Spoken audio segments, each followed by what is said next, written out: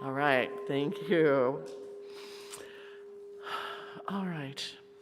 You know, we're going to be opening with some music from Reverend Melissa and Z, and we're just happy to have them here. More about them later.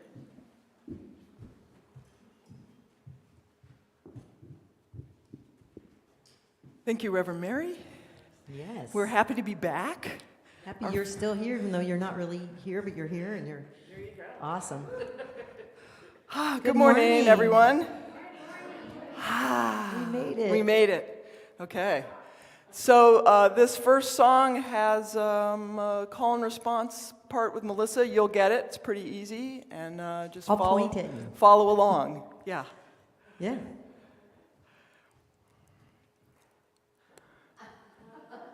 Here we go. Chorus goes like this. I'm gonna let Spirit love me now. I am worthy of this love. I'm gonna let Spirit love me now. I am worthy of this love. With me. I'm gonna let Spirit love me now. I am worthy of this love. I'm gonna let Spirit love me now. I am worthy of this love. After me. Spirit loves me. Spirit loves me. I know that. I know that. Spirit loves me. Spirit loves me. That's a fact. That's a fact. Yeah.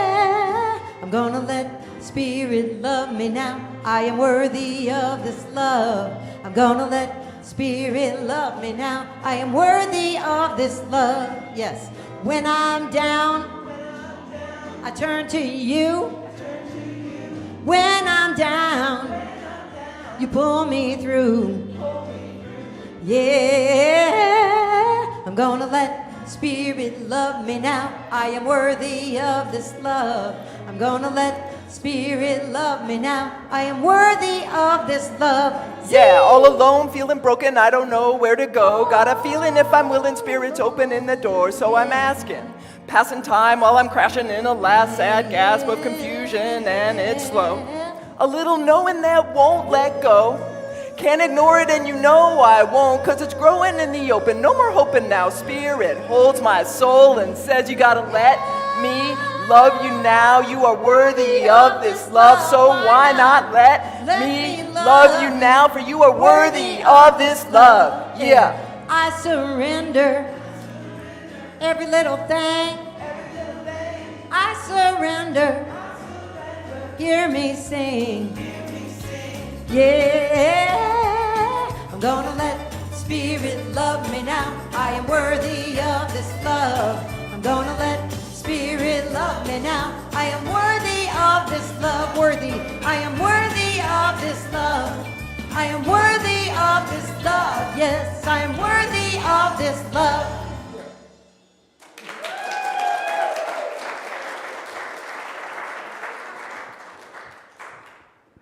And that music says what we're all here to do, to inspire you to live a spiritually fulfilling life. And love is a big part of that, isn't it? Beautiful, beautiful. Well, I'm Reverend Dr. Mary Mitchell. I'm a staff minister here. And practitioners in service today, we have Christy and Kristen, who are still in training. So they'd love some practice. And they may be shaken a little bit, but they want the practice. So they'll be here by the bell after service. So we'd like to invite the children forward. And as you do this, Lindy's going to pan the camera so we can say hello to all those people around the world who are watching this morning. The face of God? Thank you. It happens like that.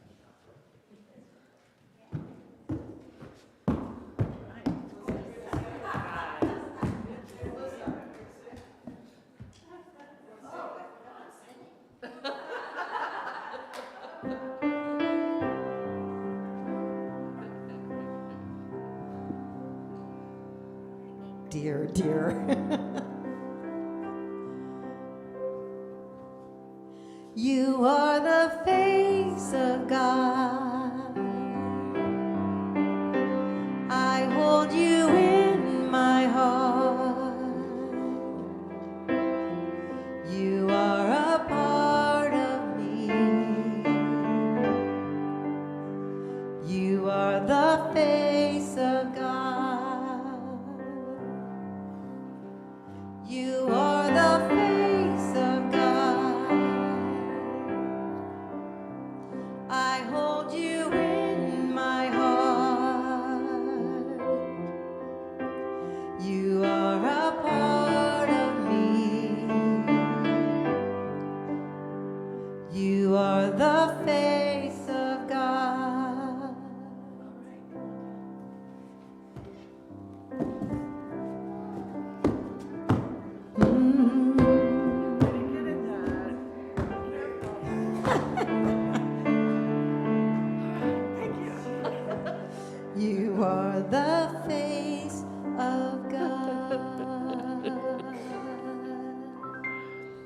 precious. Thank you, Melissa. Thank you, thank you. I'd like to thank the other members of the team that are here this morning. Doug and Ronnie as ushers and greeters as always, and Lindy at the camera and sound team, and Jane at the desk. Good morning, Jane. Good to see you. And our practitioners in training. I'm showing them how to unlock everything. I mean, it's a lot. It's 4 pages of instructions on how to do Sunday. So it's kind of amazing. So anyway, they're doing good. All right. If you have anything that would ring or buzz, like a cell phone, if you'd turn it off, we'd appreciate that. And if you're new with us today, we have a friendship packet that has a lot of really great information. Anyone new today that would like a friendship packet? Okay, and if you are new and didn't raise your hand, they're available on the back wall. They're in the blue folder. I have a few focus announcements. The first one is about our guest musicians. Reverend Dr. Melissa Phillipe and Reverend Z. Egloff are longtime students and teachers of consciousness and transformation. They're both ordained ministers with Centers for Spiritual Living, and they hold master's degrees from the Holmes Institute. Melissa is a Toltec mentor, personally trained by Don Miguel Ruiz. He was here one time years ago, author of the 4 Agreements. Z also holds a master's in spiritual psychology, and Melissa has an honorary doctorate for her contributions to the field of New Thought music. Melissa and Z are the founders of Oh My God Life. It's an online and traveling ministry at their virtual home, ohmygodlife.com. That's so easy to remember. They offer videos, music, books, classes, and more. They also speak and perform and facilitate workshops and retreats worldwide. And so we have a workshop with them after service from noon to 2. 2-hour workshops based on the revolutionary work of Dr. John Sarno. So if you have time to do that, obviously you won't want to miss it. We'll see you here at noon. And check out the social hall for some goodies and things to eat. I want to tell you what happened Friday. I said, we have shoes we're collecting for the homeless to give away on Tuesday. I have a truckload in my garage at home. Paula's happy to see go. And we have a truckload that's already been here. And if anybody has time to help, tie them together, put a sticker on with the size of the shoes. Over 10 people showed up. And we had it done in 2 hours. Chris came afterwards. She said, I'm here to help. I said, I'm locking up. We're done. It was so cute. And the gal who's running the Homeless Connect project on Tuesday called me yesterday afternoon and said, is everything okay? And I said, we've got over 300 pair of shoes. And she screamed out loud, oh my God. So I have the Tuesday set up in blocks of 2 hours. I need at least one more sign up. And then I have in the back of my truck all the women's shoes, 3 layers in the back of my truck. But I'm hoping that a strong person can help me put 2 tables in there and 2 chairs, and that'll be good. Then I'll be ready for Tuesday. But anyway, I'm so excited. They expect over 300 homeless people. So I think there's going to be a lot of happy people. Stephen, come on up. He's going to talk about something very special. Because it says here, we're calling everyone who's got a green thumb or partial green thumb. If you've been helping plant seedlings, start succulents, plants, trees, to donate them next Saturday. What's it about? Good morning. This is one of Sue and Charlie's pet projects, the Bioneers. So this is a mini Bioneer workshop happening next Saturday at 11 to 4. And we're having John McCullough. If you're not aware of him, he's been doing a lot of work with restoration of the fire areas into native habitat plants. And we're going to be showing a movie called Kiss the Ground, which is about bringing life back into the soil on a global level and on a local level. I'm a little strange, I know, but I get really excited about this stuff. Especially listening to John. John just, he knows so much, and he's such a wealth of information. And I get really excited. Now I'm looking at the grasses around where I am and realizing some are native, some are not. You know, what can I encourage, what can I not? This is something I can do on a local level to really make the soil healthy. And Judy and I have been asked to do a presentation on beekeeping and pollinators and organic gardening. There's also going to be another presentation by John on composting around the world. So, you know, this is dirty stuff, but it's something we can all get into, I think. Anyway, I'm very excited about it, and I hope to see a lot of people there. I'm also going to offer some poetry and songs just to jazz it up a little bit.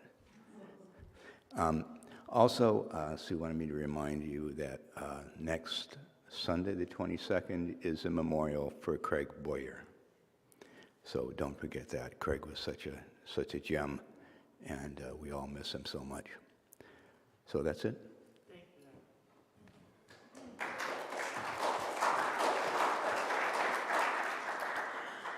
You know, the soil is one of the most important things in the world, to have a good, rich, nutritious soil. All right, it says on my list we show the video here.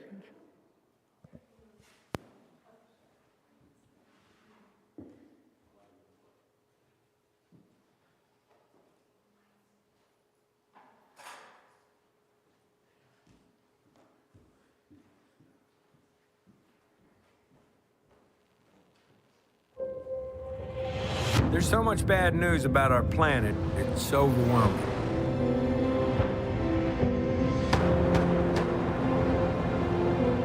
The truth is, I've given up. This is the story of a simple solution, a way to heal our planet. The solution is right under our feet, and it's as old as dirt.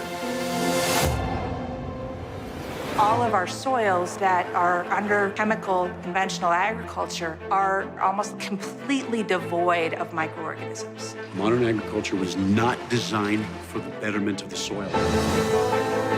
Fossil fuels are by no means the only thing that is causing climate change. When we damage soils, carbon goes back to the atmosphere. But when we destroy soil, it releases carbon dioxide. Biosequestration is using plants, trees, and techniques of grazing and farming to capture carbon and store it in the soil. We can fix a lot of our climate issues if we bring the CO2 down into a living plant and put it back into the soil where it belongs. Plants working with soil microorganisms, it seems too simple. Healthy soils lead to a healthy plant, healthy human, healthy climate. There could be a way to eat food that heals the planet. The problem isn't the animal. The problem is where the animals are at. How do we take waste and repurpose and reuse it, because it's really not waste? The poop has to stay in the loop. Compost is just one of a suite of soil-based carbon capture solutions. We know how to do it. And if we continue to scale over 30 years, we can reverse global warming. We can get the Earth back to the Garden of Eden that it once was by regeneration. To see biodiversity return to a place that was completely devastated. That gives me hope. Our health and the health of our planet are connected. If you look over here, my neighbor's land that has been chemical fallow, then you look over at our paddocks, you have a diversity of different plant species. Which model do you want your food to be produced from? The answer is pretty simple to me.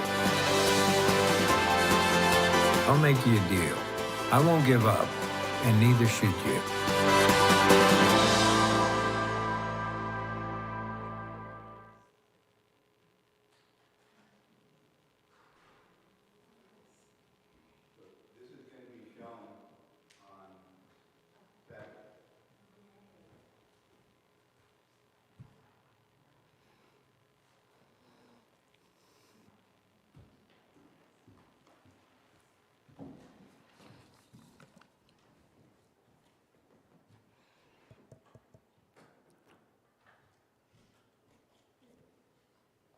Good job.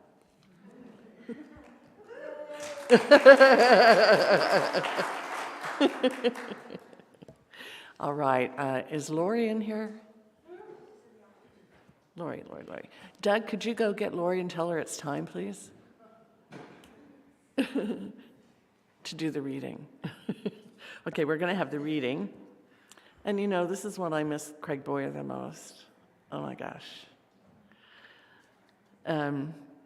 He had a radio program on KKRN for, I think, 7 years. I read in the obituary in the paper. And when he invited me to do a radio show, he was there with me for 6 weeks, teaching me the soundboard, the speakers, how to do all this. And I typed it all up, and we kept practicing it. And I would have never been able to do something like that without his help. So it really touched my heart, you know.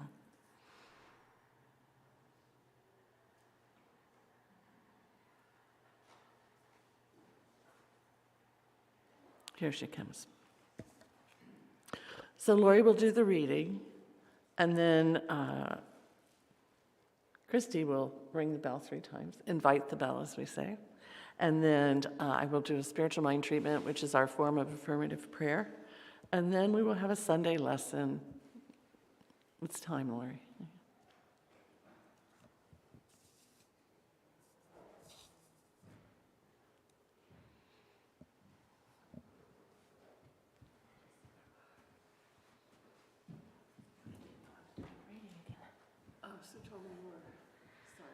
Okay, all right.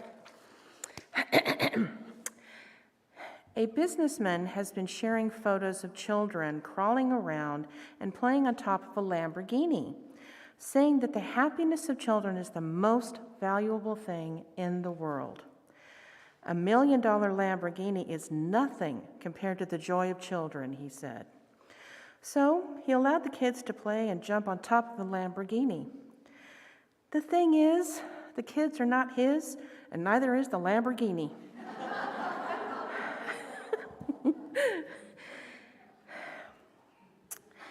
If you find your here and now intolerable and it makes you unhappy, you have 3 options. Remove yourself from the situation, change it, or accept it totally. Eckhart Tolle. The time has come. The power from within has come forth and is expressing through my word. I do not have to wait. Today is the time. Today I enter into all truth. Today I am completely saved and healed and made happy. Today I enter into my inheritance. Today the truth has made me free. Ernest Holmes, The Science of Mind.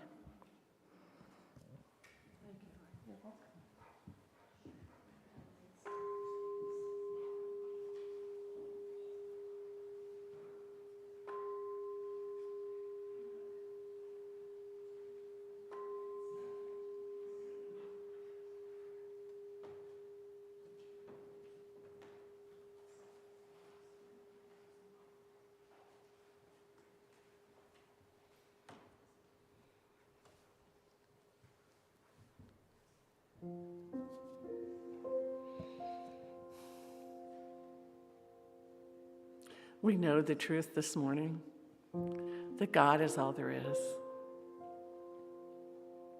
The one infinite intelligence that has created everything, even those black holes that are being discovered in outer space,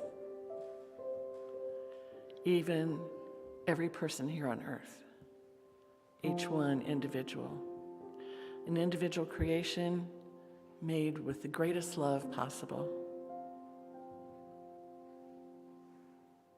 So as we communicate with each other on these days ahead, if we pause and say, let me do it with love, let me do it with the love of God, and watch the world smile.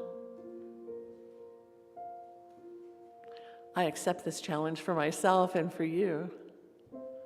The world is in such need of loving communication. and the pulse of love that comes from our hearts and our minds.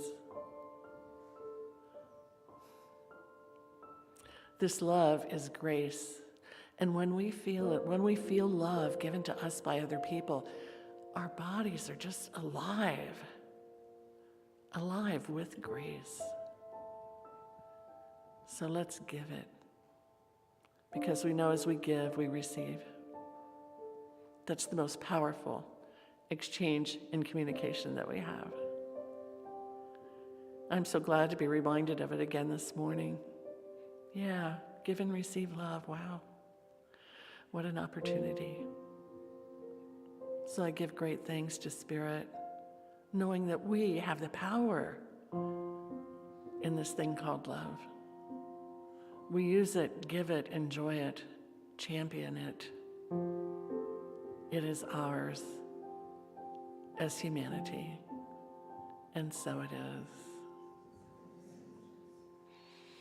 Our beautiful guests, we're ready for you. Thank you, Reverend Mary. Hi, everyone. Okay, well, I thought that quote was interesting, Eckhart Tolle talking about 3 responses to difficult things, because I have another take on that, which is when something bad happens, you have 3 choices. One is to let it define you. The second is to let it destroy you.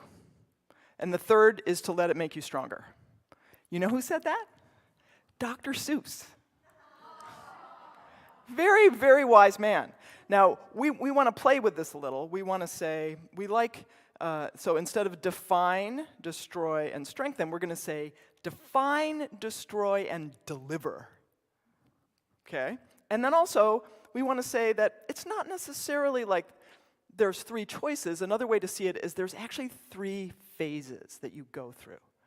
Makes sense, right? Because when something bad, when something difficult first happens, we can allow it to define us at first, and that's not totally bad, because if you're in denial and you're pretending, oh no, everything's fine, well, that's got its own kind of problems, right? Because then you can't look at the issue and move through it, right? So first it defines you, then you want to keep moving.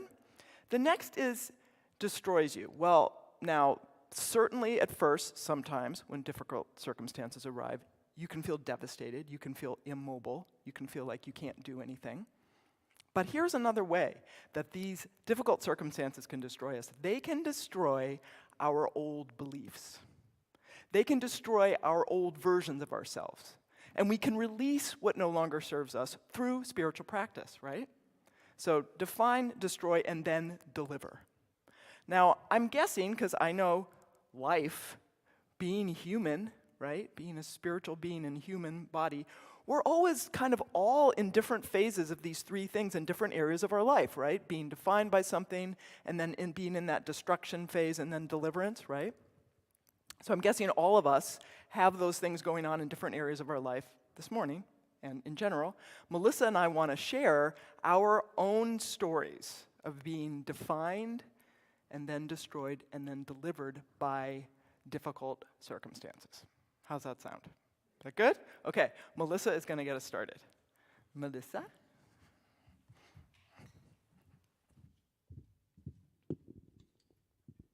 Hello again. So when I was growing up, I wanted to be a rock star. I do not mean that like metaphorically want to be a rock star. I mean, I wanted to be a rock star. And I wanted to be a very specific rock star. I ached to be Janis Joplin. Yes, I'm aware that Janis Joplin had a little problem with some drug addiction and died a young and tragic death. And yes, that might have been perceived as a warning of some things to come in my life. So I followed in Ms. Joplin's footsteps for a long time, including the drinking and the drugging from when I was really young. I was practicing being Janis. After college, I moved to the Bay Area from up here to pursue my dreams of the music business. And after years I met this guy. We will, for the sake of today, call him Tommy. I met Tommy. Tommy was from LA. He worked in the music business with a very high-profile act. He knew people. And, most importantly, he believed that I should be a star. I should be a star. I liked that, right? And he wanted to help make it happen for me. Woohoo! So he was going to relocate me to LA, develop me, manage me, get me to the right people, and get me signed to a label, and I would be a star, live happily ever after as Janis Joplin Jr. I'd probably be dead. So I gave notice to the blues band that I had been singing in for years in San Francisco. Gave notice to my apartment manager, where I had been living very happily for a long time, and all of my music students. It was a lot. And I was set to move on March 1st.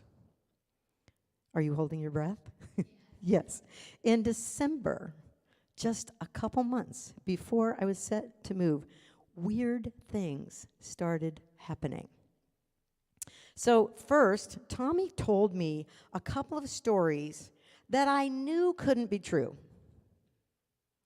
But I didn't understand why he would lie to me, but also they were really insignificant things. So I just let it go. I thought it was weird, let it go. But then, a couple weeks later, another thing happened. So we had plans to get together in LA after Christmas to celebrate Christmas and start working and like that. So he said that he would handle all my flights. All I had to do was tell him my availability, which I did. And then he came back to me with an itinerary that left earlier and came back later than what I said I could do. I thought it was really weird. I asked him about it. He said, you know, holidays, flights, makes sense, right? I mean, it's Christmas after all, right? So a few days later, I'm at this gig, and I'm talking to my dear friend, my best friend at the time, Brian. Excuse me. And of course we were, because I was still practicing to be Janis Joplin, we were getting high after the gig.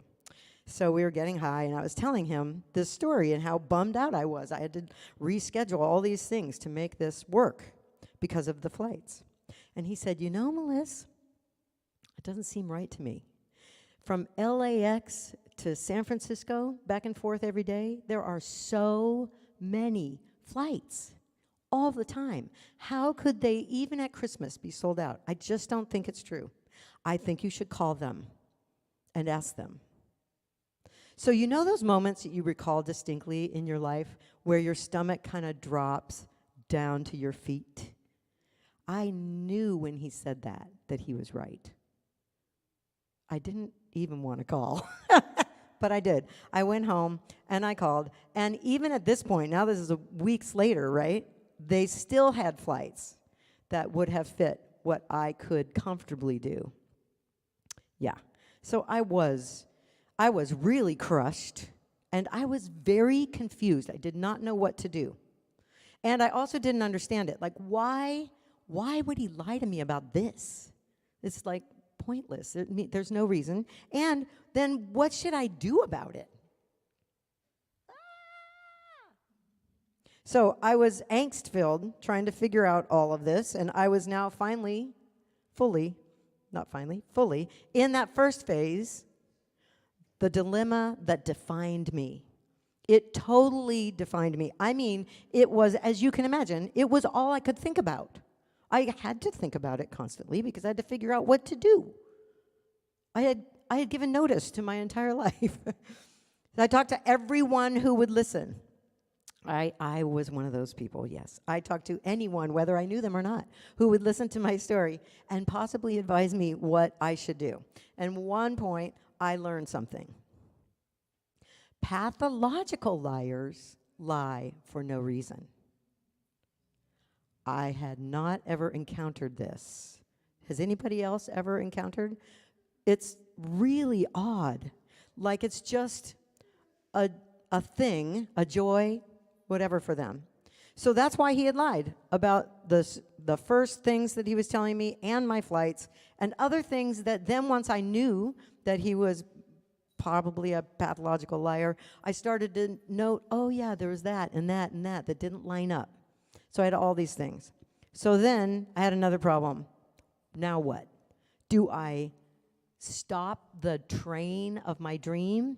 And one conversation in particular helped to clarify for me. I was talking to my girlfriend, and I said, I don't know what to do. I feel like my dream of a lifetime is knocking at my door, and if I don't go to LA, I am telling it to go away. And she said, you know, I don't know if you just missed telling me this, but I don't think I remember hearing your dream of your lifetime include having a manager you know you can't trust. And that was my answer. And I didn't go. I couldn't do it. I could not leave everything, move to a new place, and entrust my whole life and my dreams and my career and my livelihood to someone I knew I couldn't trust. So then what did I do instead? Nothing. I was stuck. I was right smack dab in the middle of being destroyed. My dream, as far as I thought, was destroyed. The whole plan, everything. I was lost. I was grieving the dream, grieving all of it. Nothing seemed right, you know? Like, nothing seemed like the thing to do next. But I needed to do something. I did nothing for weeks.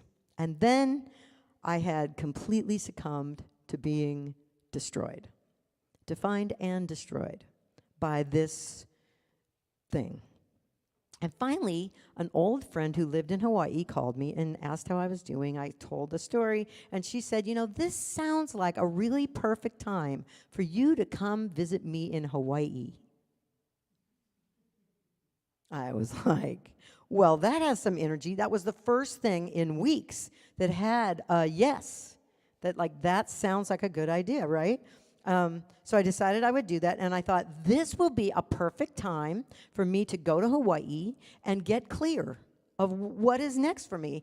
And in order to help with that, I know I'll do a cleanse.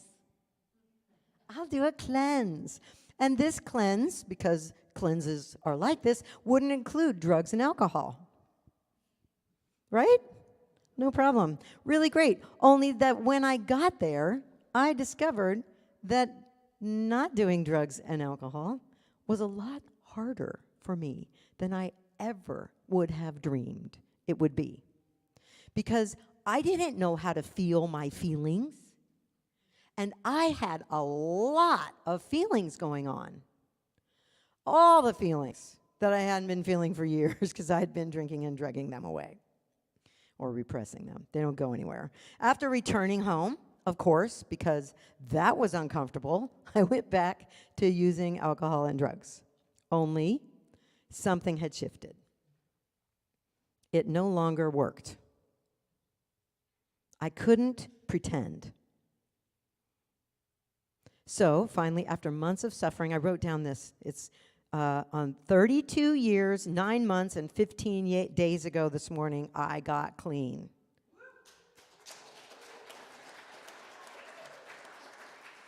Thank you. Thank you. Phase 3, deliverance.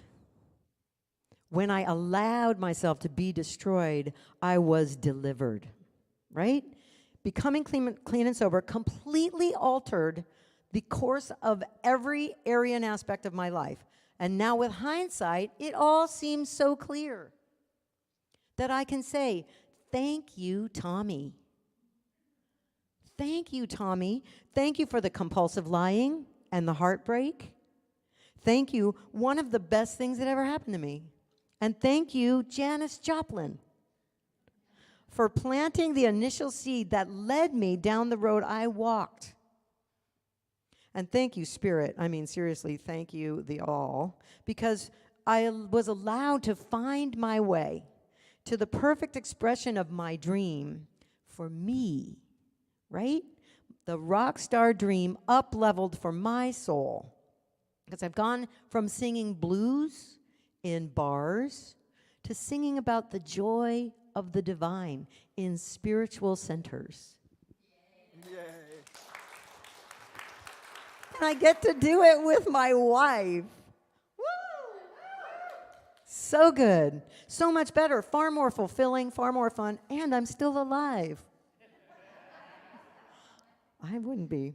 But if you had told me all that on that night in December when I called the airlines, though this is going to be a great thing for you. When I hung up that phone, I would not have believed you. It might have been dangerous to say such a thing. So sometimes disasters, we've all experienced them. We're from Santa Rosa, California. You're from, the fires alone, right? But then there's life on top of that. So bad things are blessings. Now, I'm not saying they're not hard. I'm not saying they don't even feel like they totally suck. But I am saying Spirit doesn't bring us this far to leave us. That there is always, no matter how hard or bad it seems, there is light on the other side. Spirit has got us. We are being carried. What we call bad things are Spirit's call to our soul, to the next level of our good. If we're being willing to be defined and destroyed, we can be delivered. Z? Yes. Thank you, Melissa. All righty. Okay, well, here's my story. So I went to college, and when I was in college, I was an English major. And so after college, because I'd been an English major, I had no idea what I wanted to do with my life. History majors go through life and they say, well, what is the historical basis for that? Chemistry majors go through life and say, what is the chemical composition of that? English majors go through life and say, would you like fries with that? Yeah, so that's what I felt like. I felt like I was qualified to speak English and deliver fries. Yeah. So I found myself at this time period where I was trying to figure things out. I found myself working on a farm, which was actually really cool. It was a good difference. This is back in Massachusetts, on Cape Cod, Massachusetts. So I'm working on this farm, and it was great. I loved it. It was such a nice, different thing. About a year after I started working there, the manager decided to leave and go start his own farm. And so the owner was an elderly gentleman named Hollis Lovell. Isn't that a great name? Hollis Lovell from the South. He decided that I should run the farm. Like, I knew nothing about any of this. I mean, I'd been working there, but to actually run the thing? Yeah. But we'd gone to the same college. So he thought I could do it. English major, yeah. So at this point, I'm in my early 20s, I had discovered the spiritual path. So I had right away when I was like, oh, this God thing is real, it's just not this theoretical thing, I had given my life to Spirit. I had said, Spirit, my life is yours, I'm surrendering my life to you, I'm going to do what you guide me to do. And here was this opportunity just given over to me, like, do this now, run this farm now. So I said, okay, Spirit, you're smarter than I am, sure, I'll do it. And it turned out it was really amazing, because I had to learn how to drive a tractor and had to learn about planting crops. It was this 4-acre small vegetable farm on the Cape. It was incredible.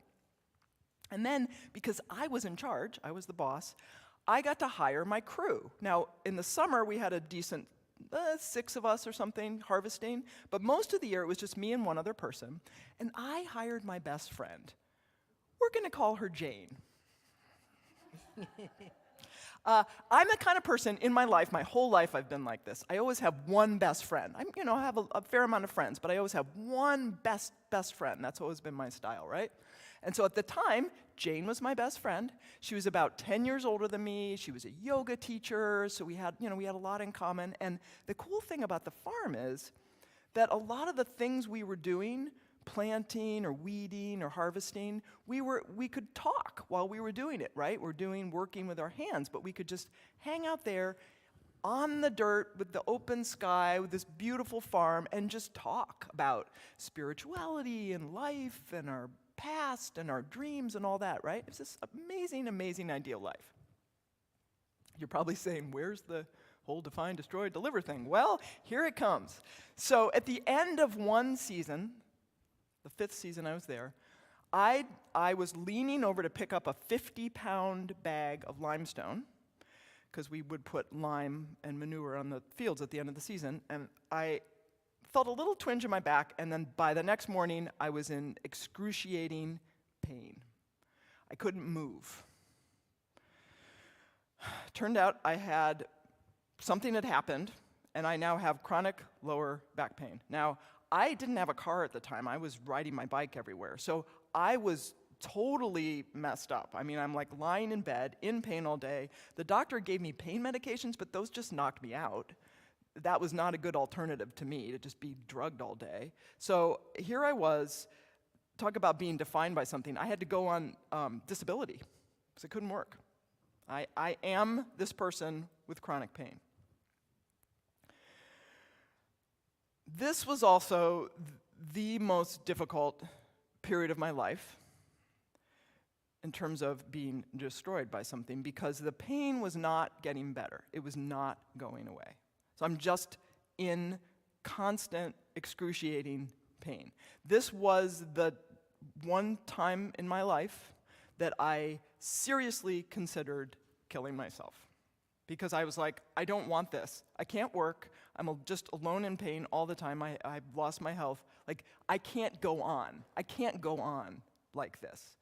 And I know from having studied psychology, like when you have an idea and a plan to get rid of yourself, it's not a good sign. So I'm actually so grateful now that I'm here telling you that story. You know? Yeah. So really, really difficult time for me. Absolutely in the destroy. I tried a bunch of things for the back pain. Chiropractic, physical therapy, massage. They started to help a little bit, enough that I was able to go back to work at the beginning of the next season.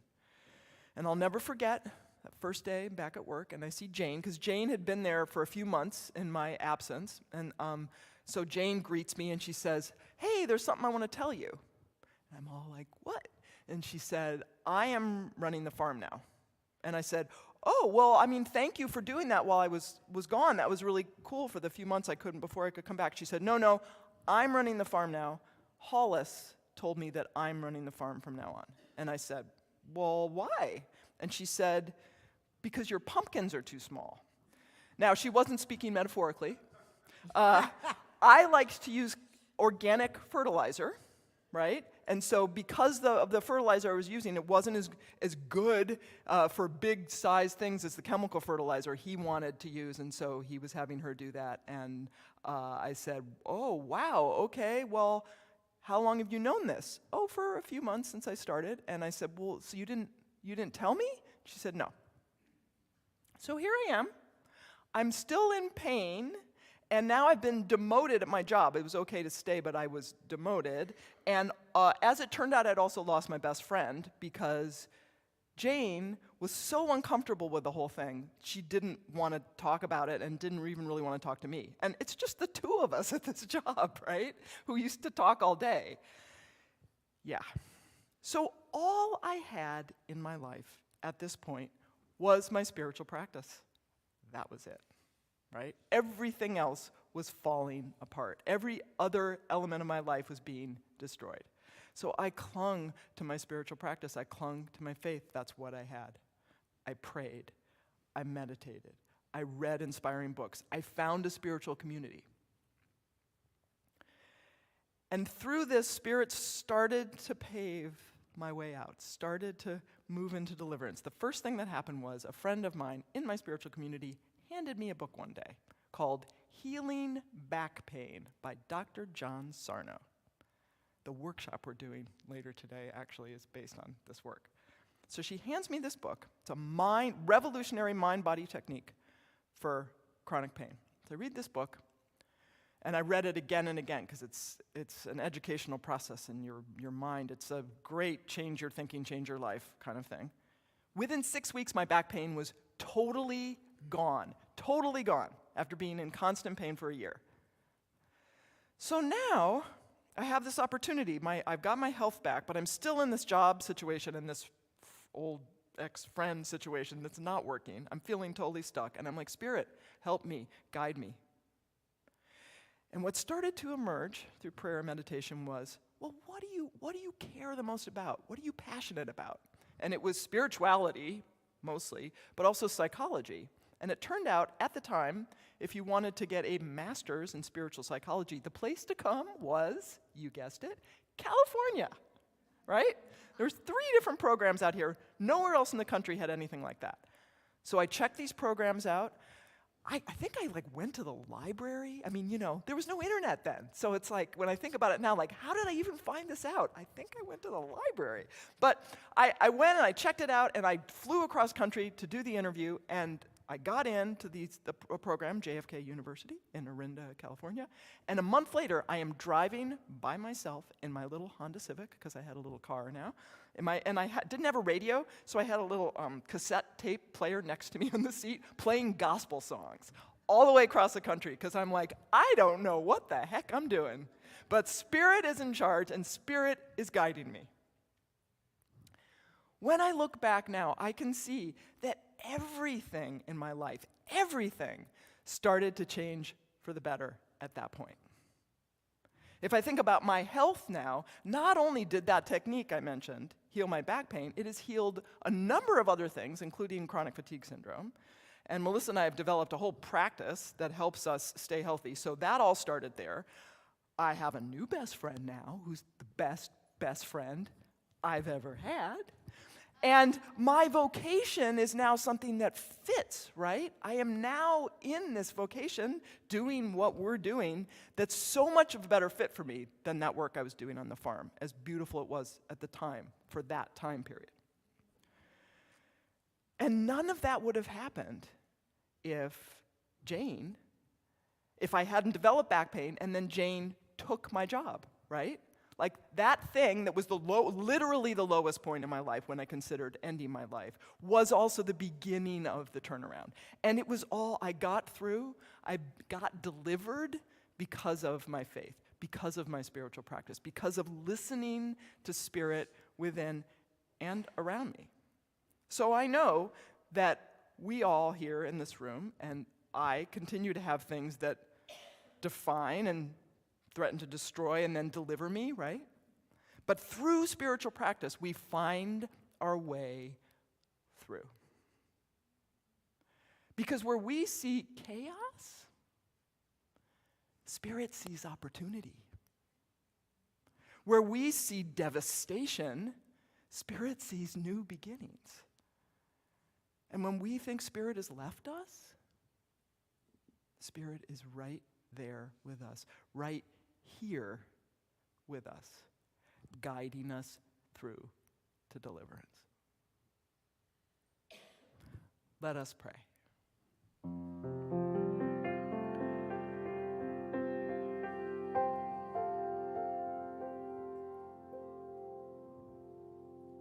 Spirit,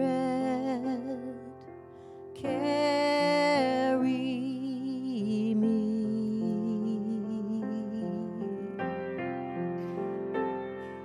Spirit, carry me. I can't see my way over, so I pray till you carry me.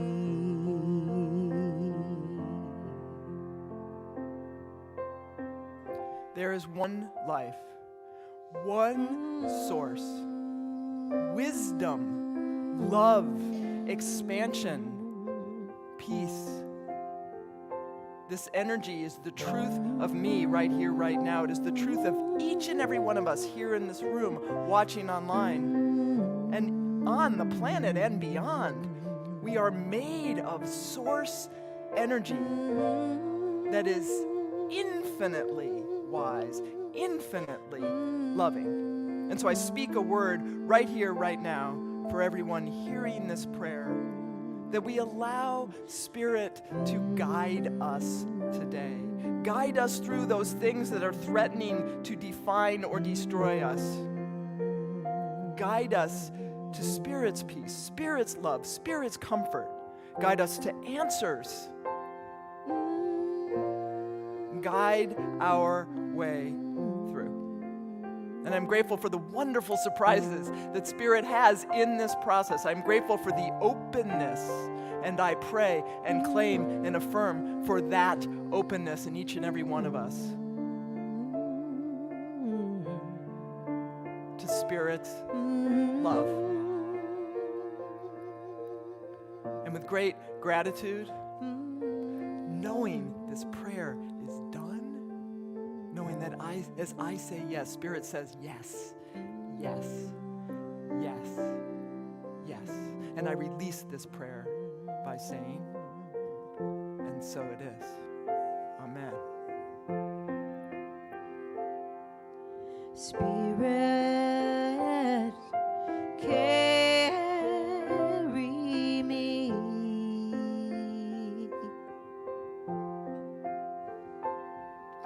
Spirit,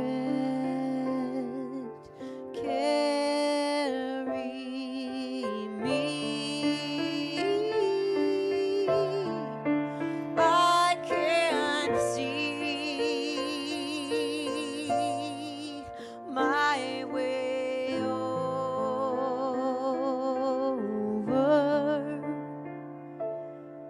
so I stay till you carry me.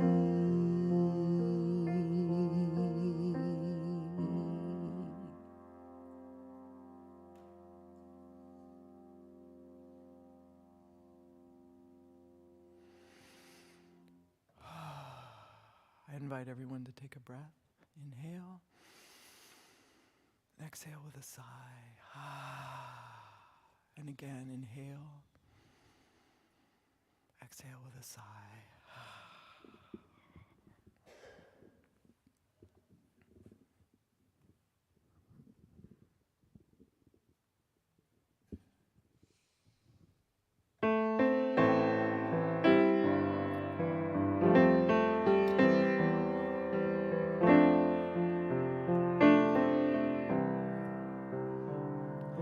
When I was a kid, I heard this song. It said, I know you didn't bring me all this way to leave me. I didn't believe in anything then. Who brought me? Who left me? I didn't know. I didn't care. My MO was solo, so low. I couldn't feel your help, your hand, your holy waiting. When we met, I wept, finally aware of your help, your hand. Closer than my anger or my longing, you met me where I was, said it's never too late. I am always here. I know you didn't bring me all this way to leave me. Now I know you brought me all this way to love me.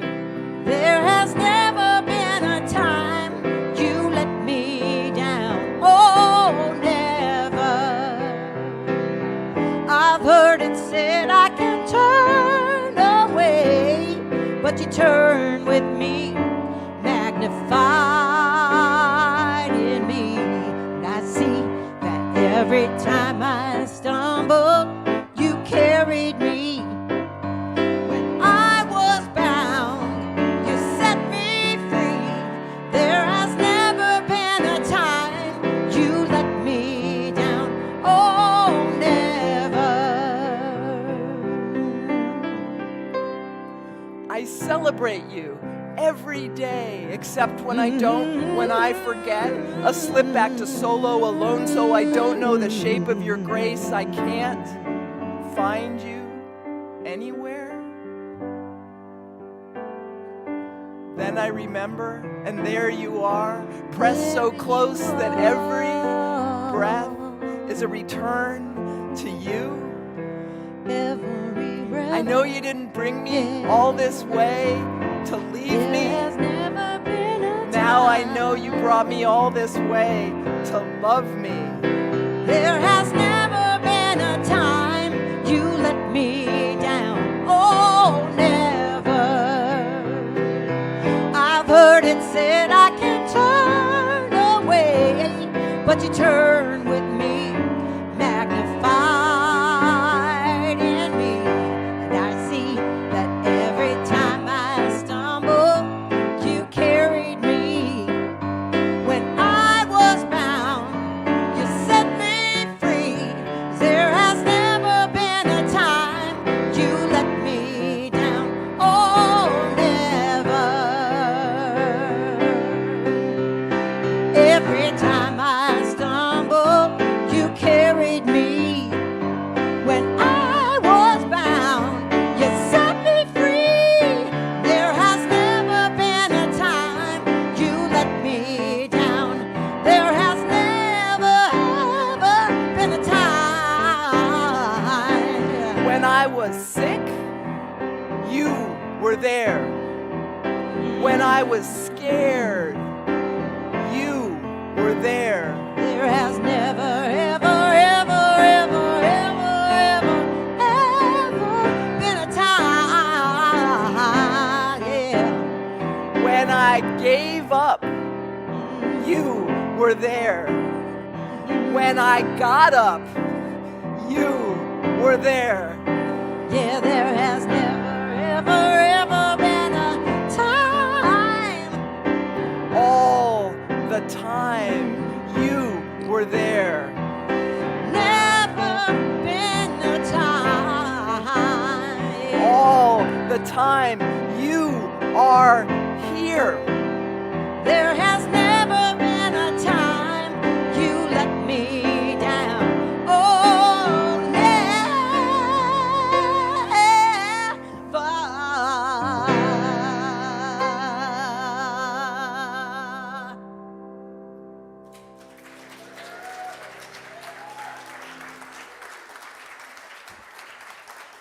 Thank you. Thank you.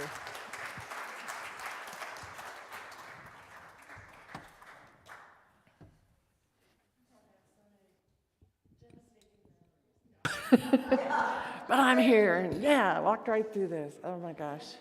Boy, can't you just relate to their stories? It's beautiful. So now it's time for the offertory, if the ushers would come forward.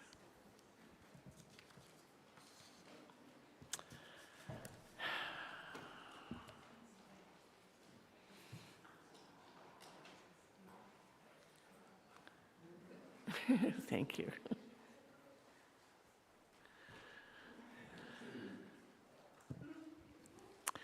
As we prepare to give our offering, our hearts are filled with love and appreciation, since what is offered here is for our spiritual well-being. We are filled with gratitude, knowing that life stays in balance, for we know as we give, we receive.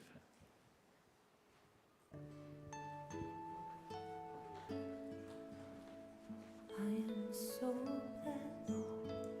I am so blessed. I am so grateful for all that I have. I am so blessed. Okay, go for it. I am so grateful. I am so blessed. I am so blessed. I am so blessed. I am so grateful for all that I have. I am so blessed. I am so blessed. I am so grateful. I am so blessed, grateful. I am so grateful. I am so blessed.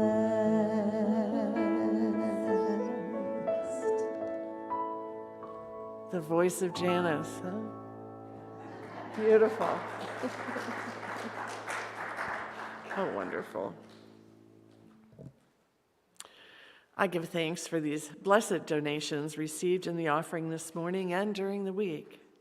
I know each dollar supports this spiritual family in many ways as we grow together, pray together, and give thanks for all this center has been blessed with today and always, and so it is. Thank you, ushers.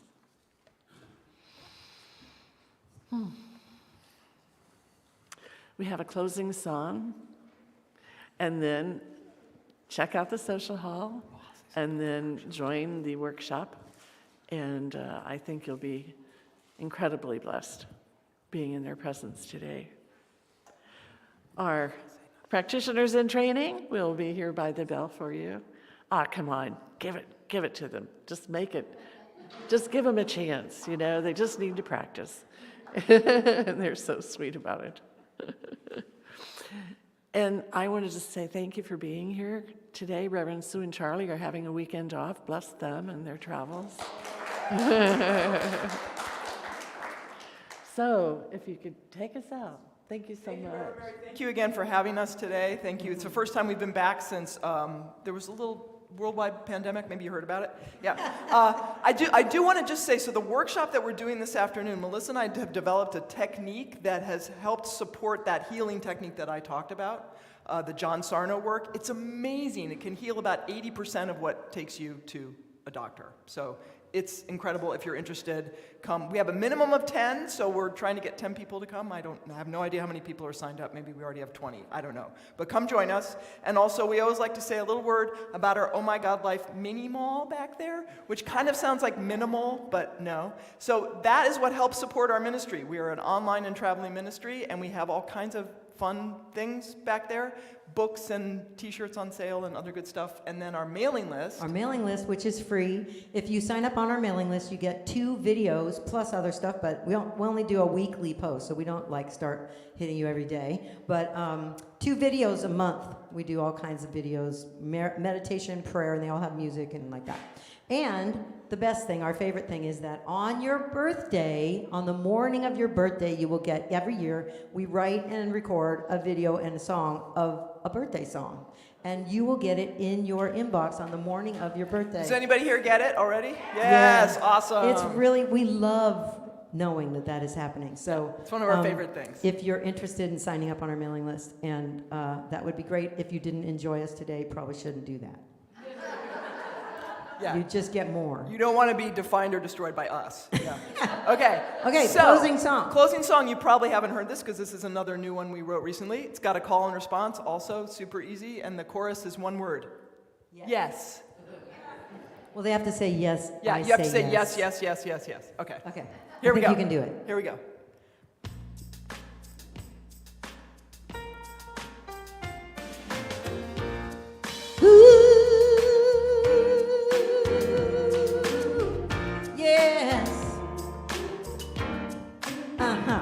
I say yes to the greatest good you have for me.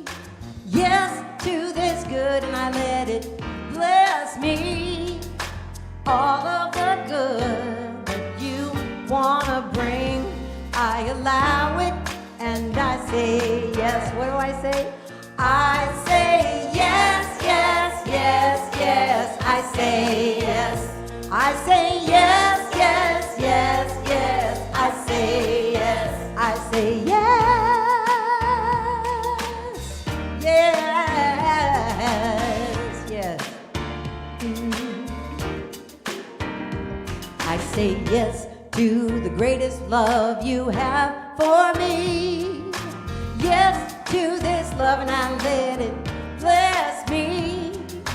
All of the love that you wanna bring, I allow it, and I say yes. What do I say? I say yes, yes, yes, yes. I say yes. I say yes, yes, yes, yes. I say yes. Here we go. So much good. So much good. Right on time. Right on time. I can take it. I can take it. 'Cause it's mine. 'Cause it's mine. Spirit's gonna give it. Spirit's gonna give it. And I'm gonna get it. And I'm gonna get it. 'Cause I align. I align with the divine. with the divine. Yes, I align. I align with the divine. with the divine. All of the joy that you wanna bring, I allow it, and I say yes. I say yes, yes, yes, yes. I say yes. I say yes, yes, yes, yes. I say yes. I say yes, yes, yes, yes. I say yes. I say yes.